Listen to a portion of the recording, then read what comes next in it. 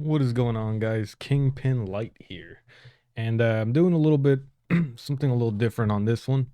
So I've already listened to this song, so it's not a reaction. I mean, I've been kind of keeping up with the whole uh, different disses and so on, going back and forth.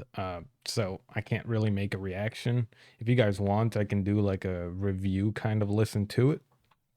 But if not, I figured it'd be cool to just kind of look at the lyrics, break them down, at least stuff that I know about.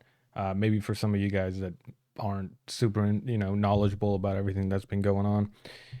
It kind of just hit me when I was thinking about it. And so I'm 27, right?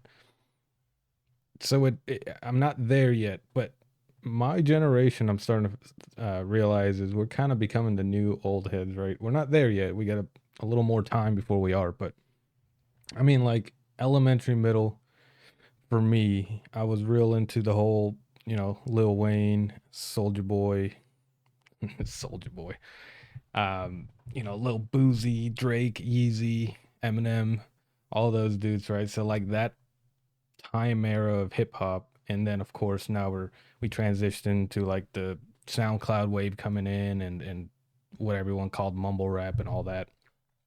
Um, But it kind of already existed. I mean, what people consider mumble rap, that's not what I call it, but I mean, Future was out already, right? So that side was already kind of there. But it was just a funny thought that I had. I'm like, man, we're pretty close to getting to becoming the old heads in the music scene, you know what I mean? And I just can't see myself that way because old head was always a very specific sort of like hip hop listener or even just music listener. But Kendrick, and we're going to take a look at the Euphoria lyrics. Like I said, I've already listened to it and I've been listening to it a lot to try and get everything. There's some parts, and you'll see as I'm kind of going through the lyrics that I don't fully get, and I would love for you guys in the comments to let me know. But I think I got a good grasp on most of what's here. I'm still, and I've already listened to it as well. His new shoot, what is it called? 616 in LA, I think. I've already listened to that. That one is probably going to take me a little longer because there are some bars in there that I would be lying if I said I wouldn't have to look up some of the meanings. Like this one, I it took me a couple of listens, but for the most part, I got all of the or at least a lot of the references just from having kept up with these artists. Some of the 616 in LA, I think I'll maybe need a little reminder on what what he's trying to say on some of them. But anyway, let's go ahead and start, right? So I'll just go a couple lines at a time and see what we get from it. So this beginning here, of course, Euphoria, and I'll be honest, it didn't click to me that Euphoria was the show that Drake is. What is he producing it? I knew about the show, but my first thing was just Euphoria, the definition that he has on the picture, feeling of well being or elation, or the feeling that you get sometimes from doing drugs. Um, it didn't occur to me about the show, but makes sense. So it's probably a double entendre there, right? Um, so this is a backward, what do you call it? A backward lyric or quote, I guess, and it's everything they say about me is true. I don't actually know where that's from. I'm not even gonna speak on that one. So let's just go ahead. Them superpowers get neutralized. I can only watch in silence. The famous actor we once knew is looking paranoid and now is spiraling. So, all right. So the first line, them superpowers getting neutralized. My take on this was that he's talking about Drake being one of the superpowers. So I took it in a country sort of view, not superpowers like superheroes, but superpowers like of the world, like the U.S. and Russia and China. The superpowers getting neutralized. I can only watch in silence. That's the way that I took it. Is he was calling Drake a superpower of the game, not necessarily a prop on who he is as a person. Like it's not really a compliment. It's just a fact that he's one of the pillars as far as sales and all that. And they're getting neutralized, right? Because everybody's going against him right now. That's the way I read that. I'm sure there's another way to read it, but obviously the second line is just kind of a super direct reference to Drake because he was an actor on Degrassi, and I'm sure he was on other things, but that's what I know him from. So famous actor we once knew is looking paranoid and now spiraling. That's obviously just coming from the fact that he's dissing everybody at once, or he feels like everybody's coming at him at the same time, which is partially true. But I don't know. There have been a lot of like subliminals sent back and forth, but I do feel like Drake brought everybody into the diss battle limelight from that song Push Ups directly, if that makes sense. So obviously Kendrick threw some shots, and everybody's kind of been going back and forth with him throughout the years. But it does feel like maybe he was a little paranoid and feeling like everybody was jumping on that album, on Metro Boomin's album, and just attacking him, right? So you're moving just like a degenerate. Every antic is feeling distasteful. Just a comment on the way that he's responding to what I think Kendrick considers playful jabs, or at least competitive jabs in the beginning, which is up in the air, right? Because obviously they've been beefing for like 10 years, so it's not really friendly competition anymore. But I can't say that Kendrick didn't see it that way. Maybe he did, or maybe he, either way, that he's just talking about how he's responding to everything and how he jumped on that song and dissed everybody at the same time. I was a little caught off guard that he dissed The Weeknd, to be honest, on push-ups, because they had their beef. The Weeknd had their beef with Drake, and it happened after, on and off, but after Trilogy, he helped write some of the songs on Take Care, right? Drake's one of his classic albums, I would call. And he helped write some of them, and he featured on some of the songs. And then at some point, everybody was had the rumor that he was going to sign to EXO, or I'm sorry, to OVO, and he ended up not doing that. Right? He started his collective EXO, and I think Drake took that personally, and they had a little beef for a while. But then I thought they made up. So obviously, we don't know everything that's going on in the background, and maybe I missed some news about their relationship. But I thought they were good. I don't know why he threw shots at The Weeknd. My only guess is that The Weeknd has done a lot of features with Metro Boomings and all the collective that's against Drake. That's my only guess. He just doesn't like him associating with them. But I don't know if there's more to it. So I calculate you're not as calculated. I can even predict your angle. He's just saying that you're not playing chess is all it is, right? And you hear that, everybody says that exact phrase.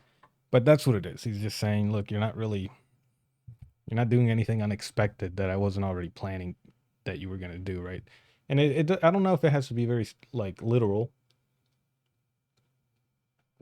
I don't know if it's so much that I knew exactly what you were going to say on your raps or on your diss track, but more you didn't bring up anything that I wasn't prepared for in general, right? So maybe he didn't know that he was going to make push-ups and attack everybody or say the specific things. He just like, well, there's nothing in there for me to really address, or that it wasn't in my realm of possibility, right? So I hold on. Fabricating stories on the family front because you heard Mr. Morale. He's just basically saying you don't really know what you're talking about, right? You're getting your information from the information I put out on my album. It's not that you got dirt on me through some back tracks, kind of like how Pusha T got dirt on him for hiding his kid. You didn't get some hidden information. It was all just stuff that I said on my album. And maybe he's even saying that some of it is not necessarily true, or exactly true as how he wrote it, because as we know, Kendrick has mentioned on Mad City, a lot of it is fictionalized as far as it not being directly his story, but inspired by him and the people around him, stories, right? So maybe he's saying that Mr. Morale at heart is about me and my struggles, but this specific information or specific stuff that happens in the Mr. Morale album just it's fabric. It's not real, right? It's fictional. It's fictionalized reality. So the fact that you're getting your info from that and then pushing it back toward me as fact, it just seems dumb, right? So a pathetic master manipulator. I can smell the tails on you now. Just calling him as kind of being a puppet master in the back of the music industry, and this has been said forever. I mean, I love Mackinnon. I don't know if you guys have seen that story, but allegedly, if he did what he did, to him, then he's obviously been doing this manipulation tactics in the background for very, very long. Um, you're not a rap artist, you're a scam artist with the hopes of being accepted. Pretty straightforward. It just means one of Drake's biggest, allegedly, I guess, or one of the things he's attacked for most is that many people believe he's always looking to be accepted, doing the most. And yes, he's a big artist and so on, but if you have insecurities about you, you're always going to kind of carry them unless you deal with them. So they're saying, regardless of how big you are or whatever, you sell these great albums or these big albums, doesn't take it away that you're just trying to be accepted at the end of the day. Um, Next up is Tommy Hilfiger stood out, but FUBU never had been your collection. So it's more of like it's a clever stereotypical way of calling him out for not really being accepted. FUBU's a brand, for us by us, right? And pretty much it's a African American or Black American brand that's all about supporting the Black community. So what he's saying, and Tommy Hilfiger, on the other hand, at least in its original conception, was always seen as more of like a golf kid type of clothing line, right? It's for the middle class or the lower upper class, and that's honestly it's a white brand, right? Not always. It's not. It hasn't been throughout its history, but I think in its original inception, or at least when I was younger, that's what it kind of got associated with. It was like the trust fund kids kind of. So what he's saying is, hey, you wore this that associates with that group of people more than you ever looked at actually supporting the community that you say you're a part of. I make music that electrify them. You make music that pacify them. So he's just saying he makes music that speaks to people. Kendrick makes music that speaks to people, while Drake is making pop throwaway songs, right? Like they're really great. They sound awesome. You throw them on when you're working out or when you're at the club. Great, but nobody sits down and like analyzes his music or gains anything from it outside of in the moment enjoyment. So I can double down on that line, but spare you this time. That's random acts of kindness. I think you just said I could say more on that, but I won't. And so, know you a master manipulator and habitual liar too. I mean, that's straightforward, just insults, right? He's saying you're a liar and like you said earlier, a master manipulator. But don't tell no lie about me and I won't tell truths about you. So at face value, it just means don't go telling lies about me in your raps. One of them being the talking about my family from the Mr. Morale sort of background. And I won't tell the stuff that I know about you, the dirt I have on you, right? So that's face value. I may be wrong here because I honestly probably should have looked it up before I made this video, but I think he had either that exact line or a very similar line on one of his singles or tracks from an earlier. I'm trying to remember. It might be that heart heart part 4, whatever it was. That's what I'm guessing.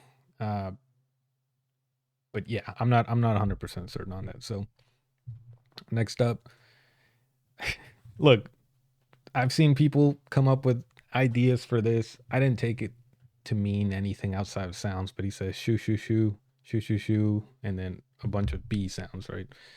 So I've seen people explain it as he said 6 shoes that sound like an owl sound, and then the B sounds like gun sound. So he's saying he shot 6 owls, or 6 6 as in referencing the sixth god. I don't know. May I'm not saying he doesn't think on that level because he obviously does, but I would be lying if I said that I got anything out of it on my own sort of thinking. So I personally just think it's a nice little intro to the more upbeat part of the song, kind of like how he did in Mad City, right? He makes those yak sounds in the beginning and sort of sets the mood for the beat drop. That's kind of the way that I just took it.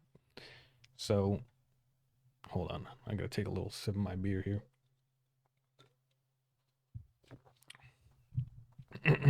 So now we start getting into like the more direct lines. I should have said that, right? And you guys all heard the song in the beginning, real slow, real I'm talking to you sort of vibe, and then he jumps into okay, let's go into kind of attack mode, right? So he says, "Yeah, I'm out the way. Yeah, I'm low. Okay, yeah, the island right here is remote. Okay." I think he's just simply referencing why he took a little bit to respond, which is, "Hey, I'm out here doing my own thing. I'm on an island." I don't think he literally means an island. I think he just means I'm living my life as an island. Like, you guys have the industry over here, and I got my life over here, and I'm not like I'm doing my thing. So he says, "I ain't thinking about no reaper. I'm reaping what I sow." Okay. So clever play on words, right? No reaper, reaping what I sow. I think what he's saying is reaping what I sow is he sort of reignited the direct diss. Obviously, they've been dissing back and forth subliminally for a long time, but he sort of started it, at least on this round, right? And he's saying he's reaping the rewards of this diss battle by getting Drake to respond back, and now he's fighting back. I don't know if Drake specifically said something about Reaper in his push-ups. I may need to re-listen. My guess would be that he said something and that was a direct callback. I ain't thinking about no Reaper. Maybe Drake said something about being the Reaper. But if not, he's just saying you're not ending me. So got a Benjamin and a Jackson all in my house like I'm Joe. Okay. So I don't know. It's probably both, to be honest, because he does do a lot of double entendres. To me, the first thing that I think of is presidential, Joe Biden. Uh, well, no, that doesn't even fit perfectly because of Benjamin, but Jackson. Um, my first thought was presidential, but then also maybe it's a callback to Michael Jackson, right? Joe Jackson, Michael Jackson. I don't know the names of all of them though. Is there a Benjamin Jackson? I don't know.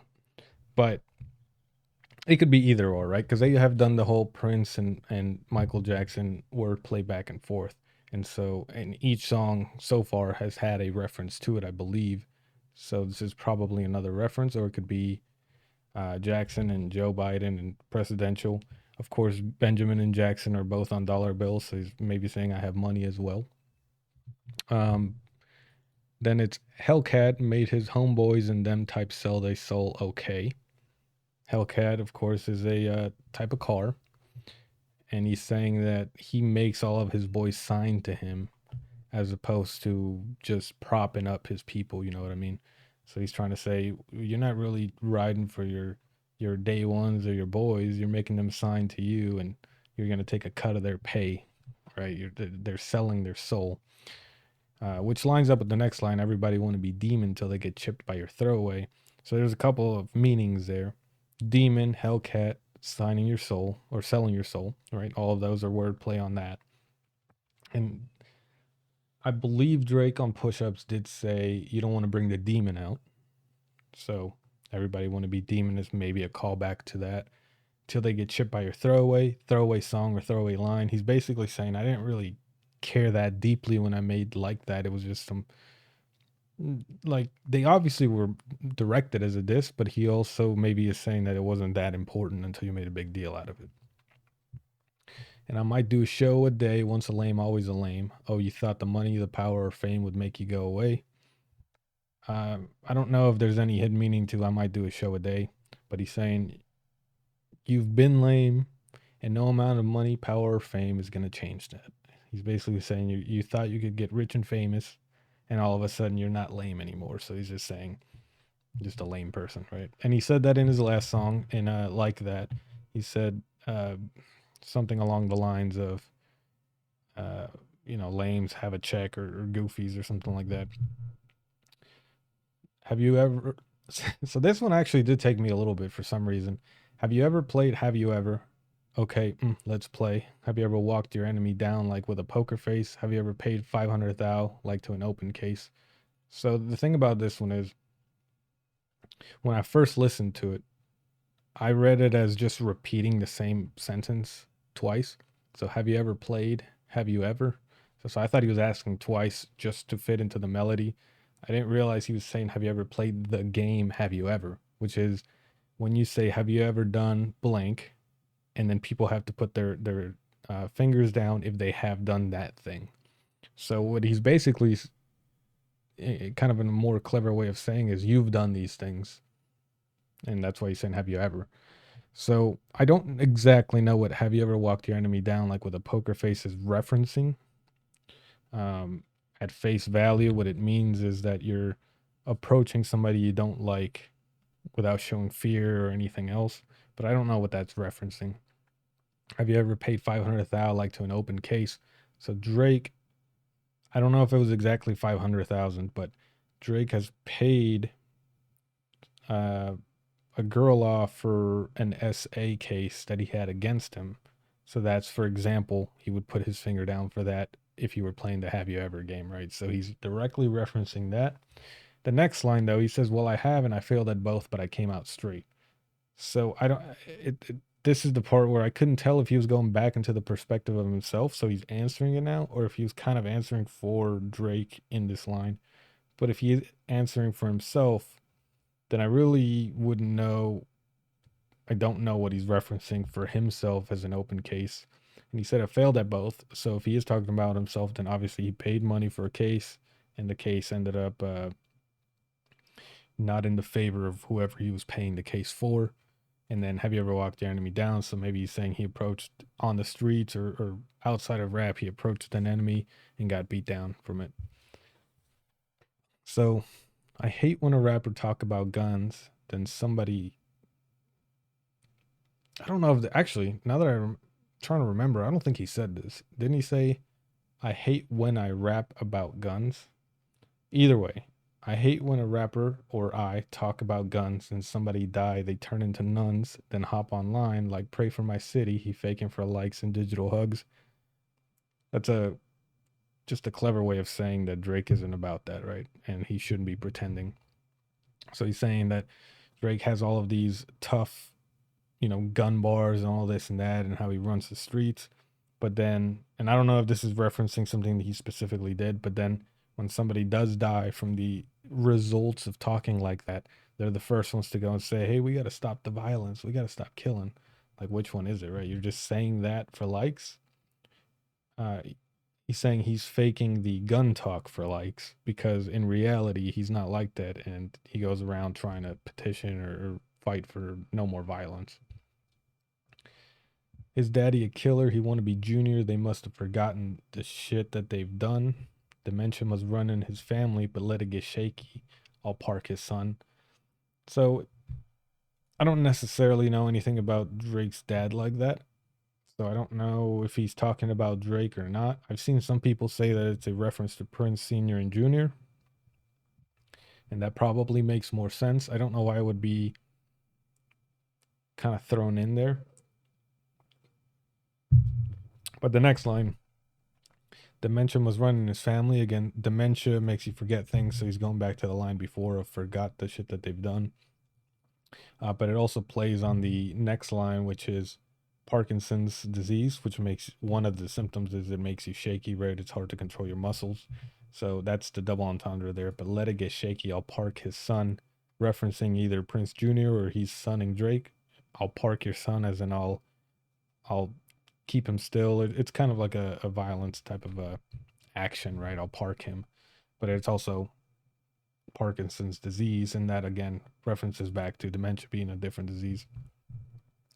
The very first time I shot me a Drake, the homie had told me to aim it this way. I didn't point down enough. Today I'll show you I learned from those mistakes. So double entendre and Drake, Drake as in the gun Draco, right?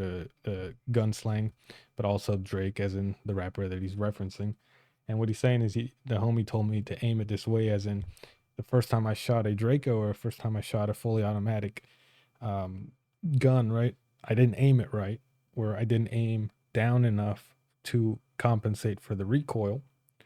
Talking about the gun, right? When you shoot full auto, you're gonna have some push ups. So if you're not already aiming a little bit down or at least prepared for that recoil, you're gonna end up shooting way too high and missing.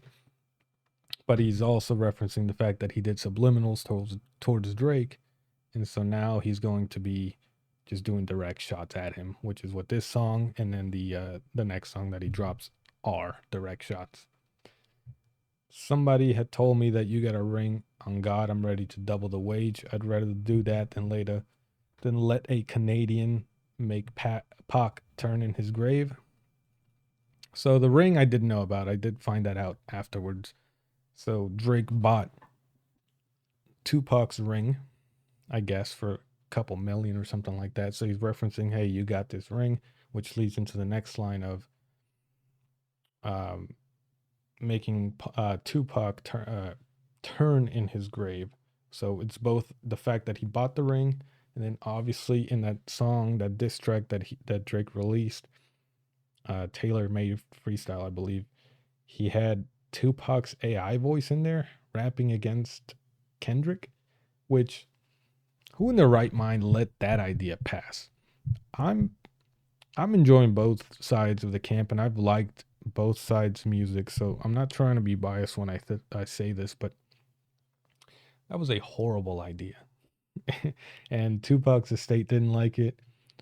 He also used Snoop Dogg's AI voice. Snoop Dogg didn't like it, and it was just corny, to be honest. Like, even if those two had signed off on him doing that, as in, like, even if it was kosher and everybody was happy that he used it, it was just a corny idea.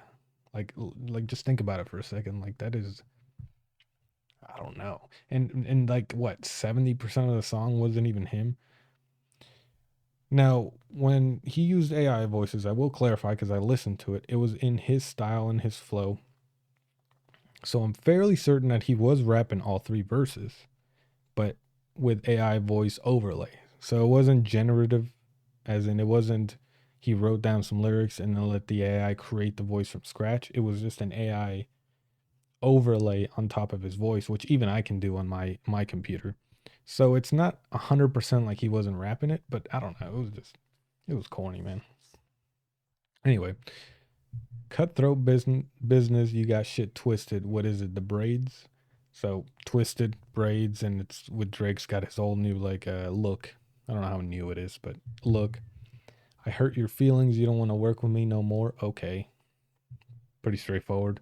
And Kendrick has called him a sensitive rapper in the past. So it's three goats left, and I seen two of them kissing and hugging on stage. I love them to death, and in 8 bars, I'll explain that phrase. So one of the craziest bars in this whole song, and we'll explain that in a second. Three goats, he's referencing himself, J. Cole, and Drake. And J. Cole and Drake were on tour, so they were hugging and kissing on stage. That's all that's referencing. And he says, I love him to death. So we'll come back to that one once we get the full sort of context. So it's nothing nobody can tell me. I don't want to talk on no selly. You know, I got language barriers. It's no accent you can sell me. So this to me just means he didn't want to talk to him. Simple as that. It's no accent you can sell me. It just comes down to the fact that Drake loves switching his entire accent on songs. I thought it was even before all this. The first time I heard Drake try to do that like British rap and all that, I don't know. It felt real. I mean, I hate to say it, but it was real like culture vulture. You know what I mean? Which Drake has been called throughout his career, and regardless, it just felt like real in your face that he was. I'm like, I don't know. I was just like, bro, that's not your accent. It was so weird listening to it. Now, don't get me wrong, he went off on a few songs where he's doing that. It has nothing to do with his ability or talent or like music making ability. I just thought the idea was same as I said before. It was just a little corny for me. So he's just saying, referencing that. Then he says, "Yeah, Cole and Aubrey know I'm a selfish Cole, J. Cole, Aubrey Graham, or Drake's real name. The crown is heavy, huh?" And that's going back to the whole three goats and sitting on the throne and who's wearing the crown, right? So he's saying they already know that I'm not even trying to share this space with all three of us. There is no three goats. I'm the one at the top. So now we're to the eighth bar, or I'm sorry, 8 bars later from the I love him to death. I pray they my real friends. If not, I'm YNW Melly. YNW Melly, of course, has a I don't know what status it's in, so I'm gonna say allegedly. He allegedly killed his best friends and is either in trial or already sentenced, but he's in trial for killing his. I thought it was one, but it might be two best friends. So I love him to death, as in I love them, they're my friends, but if they're not, I'm about to recreate that that crime on them. I don't like you popping shit at Pharrell. For him, I inherit the beef. So Drake, I believe on the song Meltdown, he says something about melting down the chains, um, sending him back to Pharrell or something like that. He basically dissed Pharrell, which I thought was out of nowhere when I heard it, but the song was, I like the song. So he's saying that, hey, I don't like that you did that because he has nothing to do with this. So now that's my beef too. Said, yeah, F. Can I say fuck? Well, I did. So yeah, fuck all that pushing P. Let me see you push a T. You better off spinning again on him. You think about pushing before you think about pushing me. So pushing P, right? Just slang for that's a good question. I always identify when you can say pushing P, but I don't know if I can describe it well. But it's slang, right? That we'll just leave it at that. So he says, forget about all that rapping about pushing P. Let me see you push a T, referencing the old push a T and Drake diss battle that happened a while back, what, 5 years, 6 years ago, with the story of Adonis and Doopy freestyle or back to back. I forget all the songs involved, but referencing that and the fact that collectively most people agree that Pusha T won that. Obviously, it's always up for debate, but I'm fairly certain not many people, including Drake fans, uh, which I should clarify, I am a Drake fan as well. Just want to clarify that. But most Drake fans even will tell you that Pusha T won that exchange. So he's saying you better off trying him because I'm even bigger of a problem than him if you try to push me, as in I'm gonna destroy you even more than he did, and you can't even handle him. He's Terrence Thornton. I'm Terrence Crawford. Yeah, I'm whooping feet. Terrence Thornton is Pusha T's real name. Terrence Crawford is a boxer. I get the idea of whooping feet. It's fighting, but I actually didn't know that that was LA slang. I had to look that one up because I had never heard that term in my life. I was like, whooping feet. But it makes sense just hearing it the first time, like context clues. You're like, whooping feet sounds like, well, whooping means beating, and then feet just not what I'm used to hearing after whooping, but it made sense. So apparently it's LA slang specific. So we ain't got to get personal. This is a friendly fade. You should keep it that way. Again, just basically saying, hey, we can take it further, but we can keep it surface level. Which I don't know. I feel like after this and the next song, he took it pretty. I mean, I think he got pretty personal already. They both kind of did. So I know some shit about that make Gunna wanna look like a saint. Gunna wanna is allegedly a snitch on the YSL Young Thug case. So I don't know if he's specifically saying that Drake snitches, but I think he's saying that whatever he knows about Drake would make even snitching feel like whatever, leave it alone. This ain't about critics, not about gimmicks, not about who the greatest. It's always been about love and hate. Let me say I'm the biggest hater. That one is pretty straightforward. He's just saying I'm not doing this for a show. It's just about love and hate, and I don't like you. Simple as that. So I hate the way that you walk, the way that you talk. I hate the way that you dress. First of all, I think that was referencing an interview with. Hold on, I'm gonna look this up because I don't want to get it wrong. DMX. It was an interview with DMX. I think that he said this stuff toward Drake, but I'll be honest, I've never seen the interview, so that's just what I've heard. I hate the way that you sneak this. If I catch flight, it's gonna be direct. That's just a clever way of saying I'm not gonna sneak this. I'm just gonna be direct, right? But he's also saying if I catch a flight, as in if I go to an airplane, I'm gonna go direct and not do layovers, right? Those flights where you have to stop somewhere, then get on another one and go. He's just saying I can go direct. We hate the that you fuck because they confuse themselves with real women. So I don't know. To me, it felt like he was just insulting, just being personal or petty and insulting Drake's women. But it could mean a couple of things, I guess. I don't exactly know what they confuse himself with real women. Because Kendrick doesn't usually, if I look, I'm trying to remember if he has or hasn't, but Kendrick doesn't usually insult like sex workers like Drake's baby mama was, right? So I don't know if this is I don't exactly know outside of just directly taking what it says. And notice I said we, it's not just me, I'm with the culture feeling. So he's basically saying it's not just me, it's everybody in hip hop feels the same way. And with the amount of people going against Drake, how many more fairy tale stories about your life till we had enough? How many more black features till you finally feel that you're black enough? These two are both referencing back how a lot of people believe that Drake is trying to overcompensate and fit in where he doesn't. And again, he's going back to the FUBU comment and all that, where you're not part of the black community. At least that's what he's saying in this song. And fairy tale stories, he's saying he's pretending again. I like Drake with the melodies. I don't like Drake when he act tough. Simple. He likes when he's singing. He doesn't like when he tries to be this street dude. You gonna make a bring back Puff. Let me see if Chubbs really crashed something. So Chubbs is Drake's bodyguard, I believe, or friend. He's always referencing it in his songs. And the Puff sentence is referring back to allegedly Drake got, I want to say smacked. It could have been punched, but I think he got smacked at a party. And and I don't think Drake ever retaliated, which is why he's saying, "Let me see if he actually crashed something." And crash something is just slang for um, causing violence of some sort, right? Rioting, that sort of thing. So it's saying, "Are you really going to crash out over this?" Yeah, my first one, like my last one, albums. He's talking about Mad City, Good Kid, Mad City, and then his last one is Mr. Morales. So the first one, like the last one, it's a classic. You don't have one.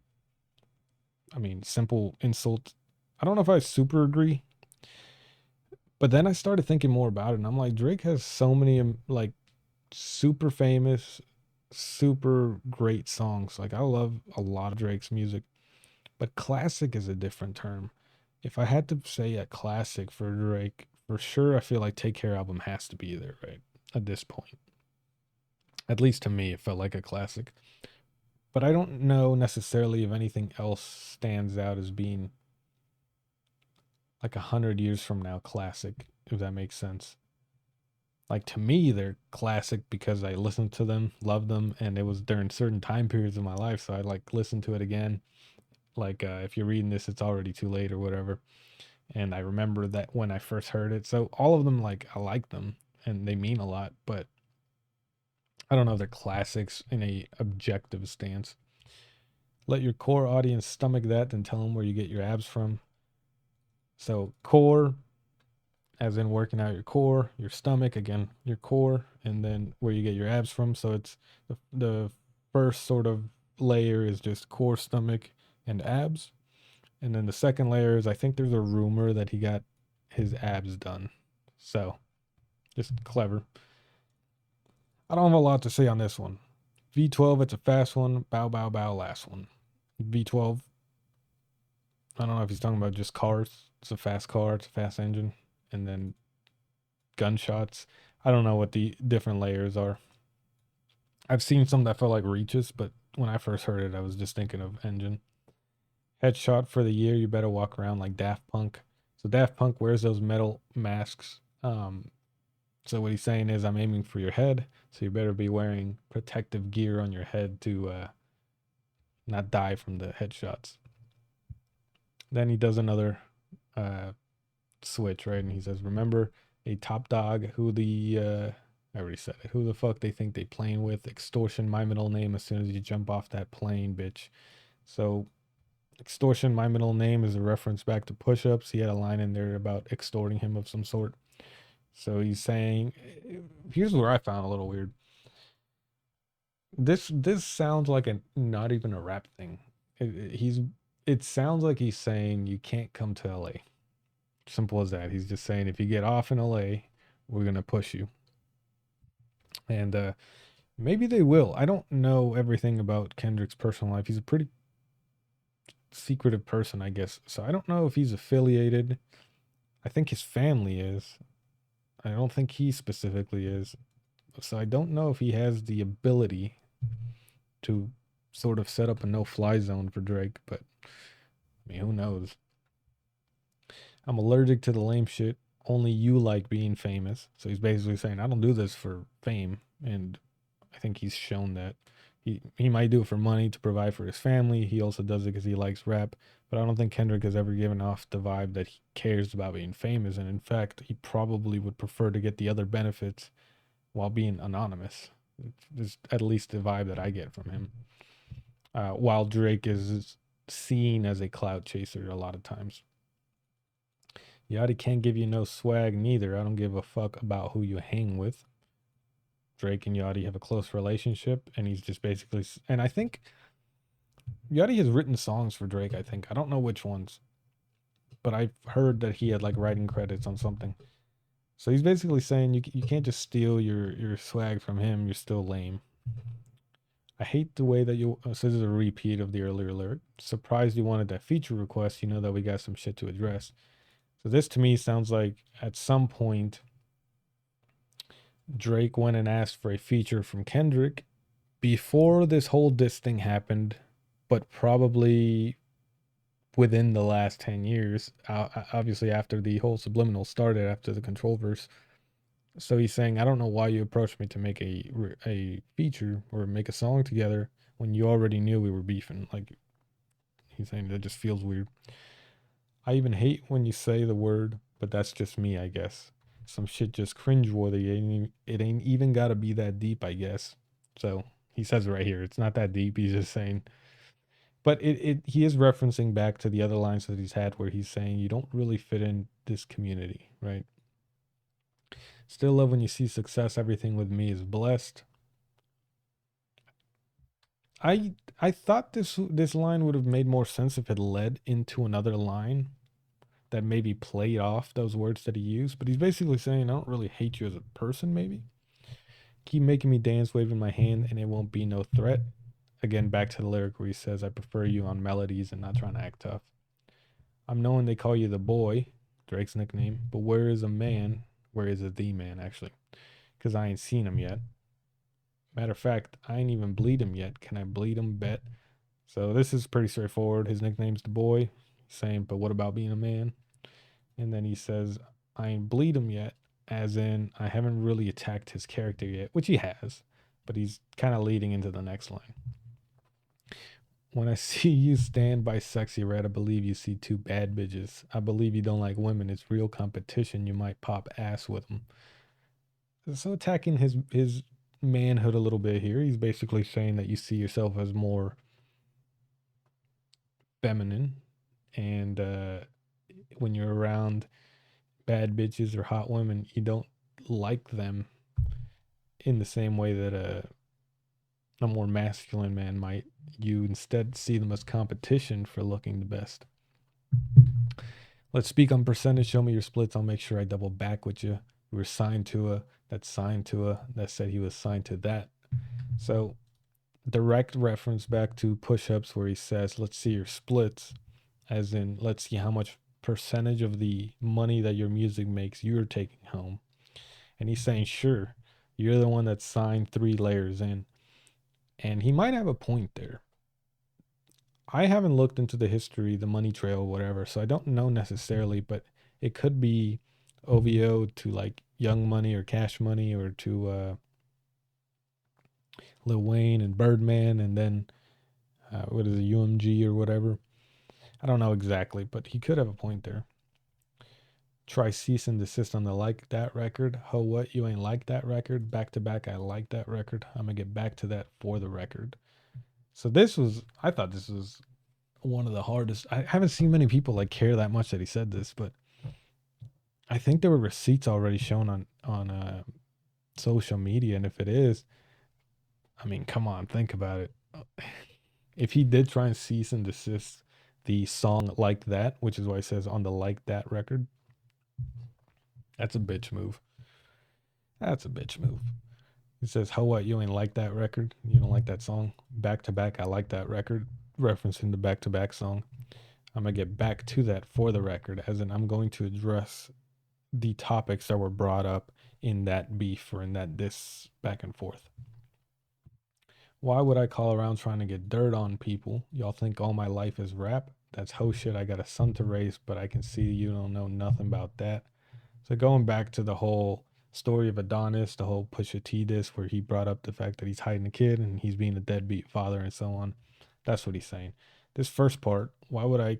He's like, why are you guys thinking my whole life revolves around rap? I got a son. I got regular life shit going on. I'm not calling and trying to figure stuff out about Drake. And then he goes, I'm not even going to go too deep into each line here, but he says, waking him up, you don't know nothing about that. Tell him to pray, you know nothing about that. He's just saying other ways that he's not being a good father. And I believe, so Drake has obviously shown his kid a lot more. He's put him on songs, he's used his art for that cover and so on. And I may be wrong here, but I don't think he lives with Drake, right? And if not, if he lives with his mother and not Drake, then what he's saying is sure, you can still be there for him, but you don't do these things. You don't wake him up in the morning because he's not with you. You don't tell him to pray daily. You don't give him daily tools to go through life. You don't teach him morals. This one is more teaching him morals, integrity, discipline. Listen, man, you don't know nothing about that. He's saying you don't have any to even teach him. Speaking the truth, considering what God's considering, same thing. So then he directly addresses the whole what is it, 20v1? He says, ain't 20v1, it's 1v20 if I got to smack that right with you. Yeah, bring him out too. I'll clean him out too. Tell Beam that he better stay right with you. So bringing back the whole Drake uses ghostwriters and he's saying, hell, I'm writing alone and I'm writing against you and everybody who writes secretly for you. Bring him out and I'll get him. He's basically not complaining. He's like, you got ghostwriters, but that doesn't invalidate the fact that I'm still going to beat you. Then he says, tell Beam. So Beam is a famous songwriter. I don't know if he's specifically Drake's writer or not. It might be confirmed, but I do know that he's referencing specifically a writer. And if it's not a confirmed ghostwriter for Drake, then maybe he's trying to say that he does know that in the background that it is true. Now, this next part was real clever. One of my favorite parts of the song. Am I battling Ghost or AI? Feeling like Joel Osteen. Funny, he was in a film called AI, and my sixth sense telling me to off him. So he was in both movies. So he says he was in a movie called AI, which I didn't know actually. And then he's Sixth Sense. He was the kid that was on Sixth Sense, where he sees dead people. So he's saying, "Am I battling a ghost, as in Ghost Riders, or AI because Drake used AI?" And he's using the same person who played in movies that resemble both words, which is pretty interesting. I'm a Blake, all in a coffin. I don't know. Maybe he's saying that Drake's already dead and he's gonna keep shooting at him, metaphorically shooting at him. Yeah, OVO is Dick Riders, which is true. Most fandoms are, so I'm not just calling out OVO, but they are. Tell them run to America. They imitate heritage. They can't imitate this violence. So he's basically saying Black Americans are not the same as Black Canadians, and they try and pretend that they have all the history of Black Americans in Canada when they don't, and maybe they do. I don't really know Canadian history, but he's saying that they don't. But they can't imitate this violence. They don't actually have the battle scars to prove that they have this heritage. What I learned is don't like the West Coast, and I'm fine with it. I'll push the line with it. Pick a off one at a time with it. So I mean that's pretty straightforward. I think a lot of people I think Drake specifically does talk a lot about like Texas and Atlanta and so on. So maybe he's just saying you don't really talk about the West Coast that much. And he's just saying I'll go against anybody who comes at me. We can be on a 3 hour time difference. I found that funny. I didn't know it was a common thing to say, but I'm near Atlanta and I grew up near Atlanta. I just don't want to say the city. I'm not in Atlanta, but near Atlanta. And I moved and lived out of San Francisco for a while. So that line was just very specific. I'm like, oh, I know exactly what he means, bro. You guys are on the East Coast. I'm on the West Coast. It's a 3 hour time difference. Pretty much to everybody I knew before, it was always a 3 hour time difference. So don't speak on the family crody. It can get deep into family crody. Talk about me and my family crody. Somebody gonna bleed in your family crody. So that whole section, he was just imitating Drake, using his slang crody. Uh, and directly referencing the fact that Drake called out his infidelity and that so on with his wife. So he's saying, "Don't talk about my family, or I'm going to make somebody in your family bleed." I think he still means it metaphorically. I don't think he means it on the street. I think he just means talk about my family and I'll bring up some shit about yours. All the while imitating his slang, and progressively as these lines go on, he imitates a stereotypical Canadian accent. So I'd be at New Ho King eating fried rice with a dip sauce and a blammy. Blammy, I'm assuming, means gun. New Ho King, I'm assuming, is some Canadian something. Tell me your cheesin', fam. I don't know if cheesin' means lying or smiling. I'm not super familiar with Canadian slang. We can do this right now on the camera, as in let's fight. Hey, fuck y'all. I don't trust y'all. I wave one finger and thump y'all like, He's just saying you guys are small to me. You guys are playthings, so I can just field goal punch y'all, is what he's saying. Because you know the game where I can't replicate it, but you do this, you get a little piece of paper and you have to try and field goal it. Nobody never, wait, they punk y'all, as in make fun of you guys. Or punk is more of like embarrass you. Nobody never took my food. Basically, you're not messing with me. Whoever that's fucking with him, fuck you, and fuck the industry too. Obviously, the industry has got Drake's back. He makes so much money and he's so big that 100% the industry's riding behind him until he stops making them money, and then they'll turn on him for sure.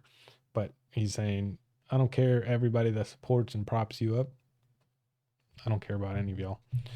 If you take it there, I'm gonna take it further. And then he says that's something you don't want to do. Again, he's at least on this song, he says a whole lot of personal stuff, but he still says that, hey, I got way more, and we can take it as deep as you want to. So he's saying you don't really want to go deeper. Let's just keep it here.